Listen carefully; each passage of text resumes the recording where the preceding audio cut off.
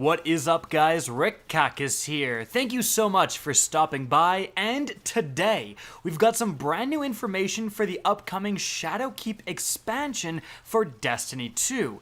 Now, that information pertains to two different Polygon articles, one released yesterday and one only today, where they talked to Luke Smith and Mark Noseworthy, two leads at Bungie, and they were just talking about new Shadowkeep stuff. Firstly, how artifacts are going to work when introduced with this DLC, and secondly, the hot topic of returning Destiny 1 raids. And so, let's get started. But first, I'm giving away an ASTRO A40 headset plus the mix amp. This is normally where I'm supposed to inflate the video stats by asking you guys to subscribe and like, even though it doesn't help me pick a winner, but I'm not about that life. If you want to do that, that'd be sweet. Instead, all you gotta do to enter is follow me on Twitter at RickKackis and tweet at me something with the hashtag ShadowCack. That's it. Guys, let's get on to the news. First and foremost, let's talk about artifacts. These were shown off in some capacity within the Vidoc about Shadowkeep, but not too much is known about them. What we have so far is this very clear screen here of the Eye of the Gate Lord, and it says Seasonal Artifact. And as you can see, it looks like there's a bunch of available perks, and certain ones are highlighted, certain ones are unlocked. Now, addressing the power of these perks during the Vidoc, they did say that some of the later ones unlocked would function almost like exotic perks, meaning that they are pretty powerful if that's to be believed. Also, if we take a closer look at this artifact, we can kind of see how things are going to work. Firstly, there's two different sides of it. Over on the left side, there's an available section, and you can see that it looks like as the player unlocks certain perks, it unlocks the ability to upgrade more of them. In fact, we see like the bar halfway full in the very last column, and that last column is grayed out. So likely like one more perk unlocked will unlock that final column and then allow the player to spec into those perks.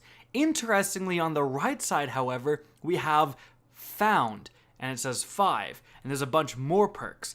So apparently, not only can you level up your seasonal artifact doing who knows what and unlock more perks that way, and I think that's what a lot of people expected this system to be, but apparently you can also get perks specifically. Perhaps you do the raid, you get a perk outright for your seasonal artifact, and you can just put that on, and that's separate from the level on system. So that's kind of an interesting thing that is coming with seasonal artifacts.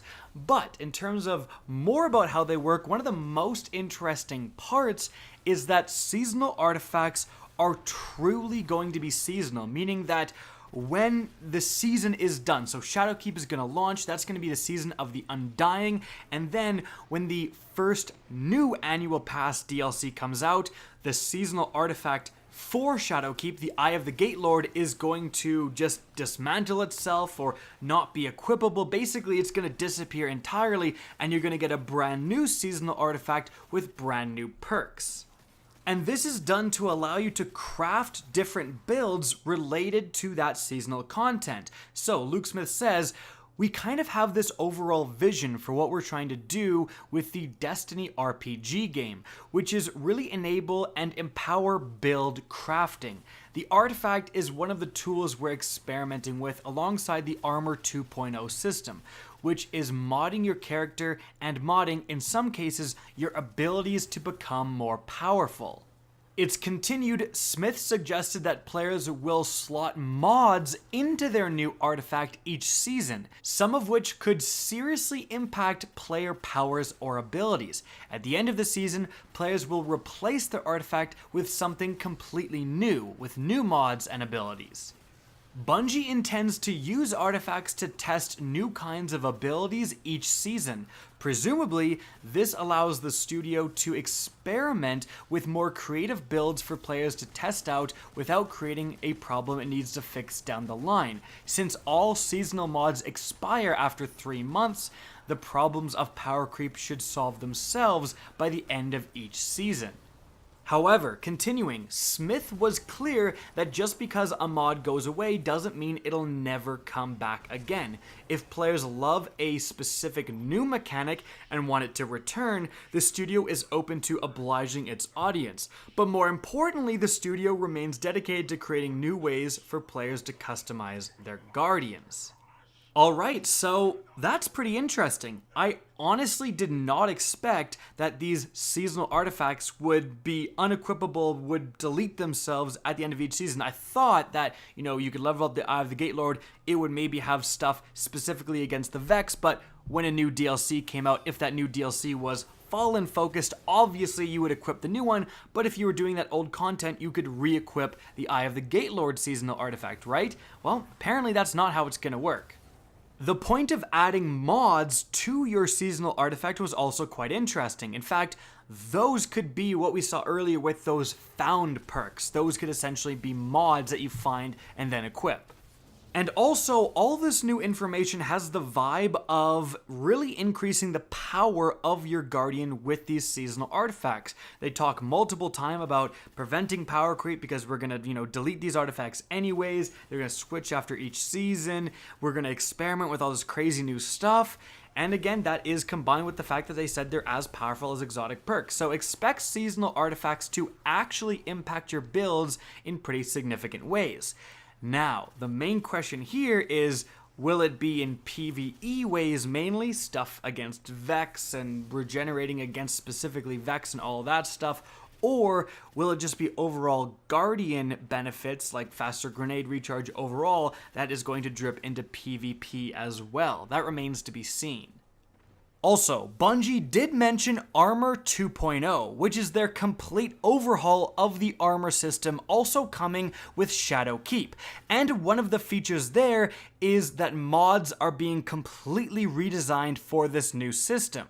So I think it's very possible that specific raid mods that we've seen previously, stuff like Hive armaments, stuff like Taken armaments, stuff like Striking Hand, and the new Leviathan, or I guess old Leviathan perks that apply to COS. Stuff like that may find its way out of the armor system and into this new artifact system. Those definitely seem like the type of mods that would be more associated with a season, and therefore that's where they might end up. But Bungie kept talking about abilities, and they even mentioned new mechanics. If players like this new mechanic, we're obliged to make it return.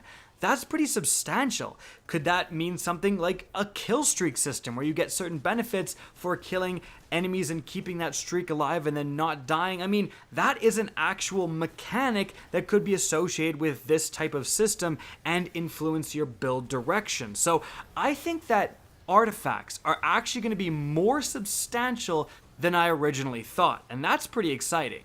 Now, moving on from there, we have some information about returning raids to Destiny 2. This is a massive topic. I mean, 30% of Destiny videos have the Vex Mythoclast in the thumbnail for whatever reason, so people are definitely interested in bringing these old raids, Voltaglass, Crota's End, King's Fall, all that stuff back into Destiny 2. Is that an actual possibility, or are people grasping at straws? Well, specifically with Shadowkeep, it's been very interesting because Bungie is bringing back a lot of the old moon locations. In fact, in a recent video showing off new Shadowkeep gameplay, they showed the difference between the Destiny 1 versions of the moon and the remade versions in Destiny 2. So some of the same locations are returning, and obviously what's on the moon?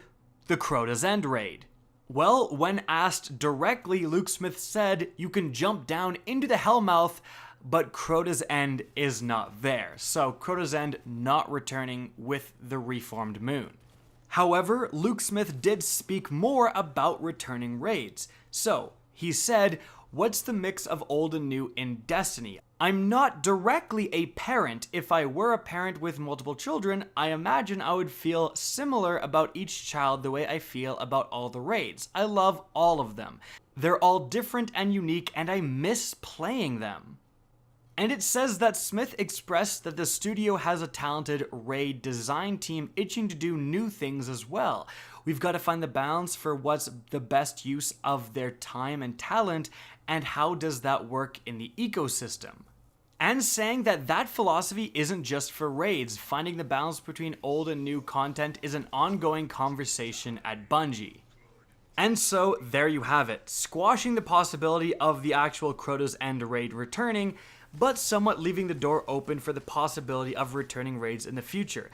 In fact, he says that while they don't have anything to announce right now, there are other opportunities to bring back familiar locations, enemies, or weapons and put a fresh spin on them.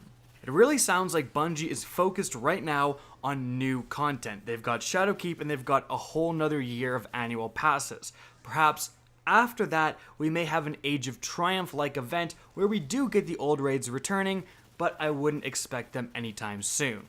Guys, that's it for the video. I hope you enjoyed, found this informative, and if you did, please remember to help me out by simply rating and especially sharing this content. If you guys want to see more Destiny 2 content similar to this, don't be afraid to slap that subscribe button. If you guys want to get in touch with me and keep up to date with the latest channel activity, the best way is to follow me on Twitter at @RickKackis. That's linked in the description down below. Again, I hope you enjoyed the video, and as always, have a good day.